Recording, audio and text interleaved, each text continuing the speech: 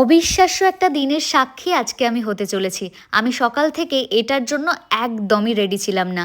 আজকে আমার shoot location ছিল অশোকনগর স্টুডিওতে। তাই সকালবেলা স্নান করে উঠে আমি রেডি হয়ে এখন বেরোবো খেয়ে-দেয়ে নিয়ে শ্যুটের উদ্দেশ্যে। আচ্ছা, তোমরা অনেকেই হয়তো আমার ভিডিও দেখতে পছন্দ করো, আবার অনেকেই আছো যারা আমার ভিডিও দেখতে পছন্দ করো না। দেখো, সবার যে সবাইকে ভালো লাগবে সেটার কিন্তু কোনো মানে নেই।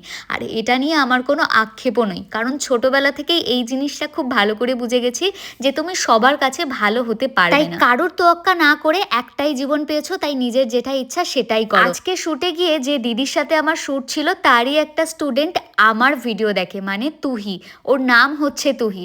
ও এত পছন্দ করে আমাকে, জাস্ট আমার সামনে ওর রিয়াকশনটা দেখে আমি নিজেই স্পিচ, যে সত্যিই কি আমি এতটা ভালোবাসার যোগ্য। এখন আর যোগ্য অযোগ্য নিয়ে ভেবে লাভ নেই। দেখো, আবারও আমার জন্য একটা চকলেটও নিয়ে এসছে। এত মিষ্টি মেয়ে, কি বলবো।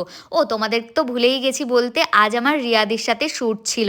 আর দিদি আসার পরেই আমার এখন আইব্রো করতে লেগেছে, কারণ আমার আইব্রোটা একটু ভিজিবল ছিল।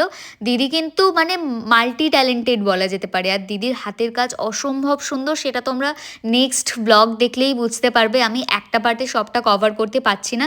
দেন আমরা একটু কফি ব্রেক নিলাম। কফিটা একদম পারফেক্ট ছিল, মিষ্টি কম আর কফি বেশি দিয়ে, যেরকমটা ঠিক আমি পছন্দ করি। তোমরা অনেকেই হয়তো আমার লুকটার জন্য এক্সাইটেড। দেন আরও একজনের সাথে আমার কথা হলো যে আমার ভিডিও দেখে। Thank you so much. Next পার্টে তোমাদের সাথে বাকিটা শেয়ার করছি। ওকে, চলো, বাই।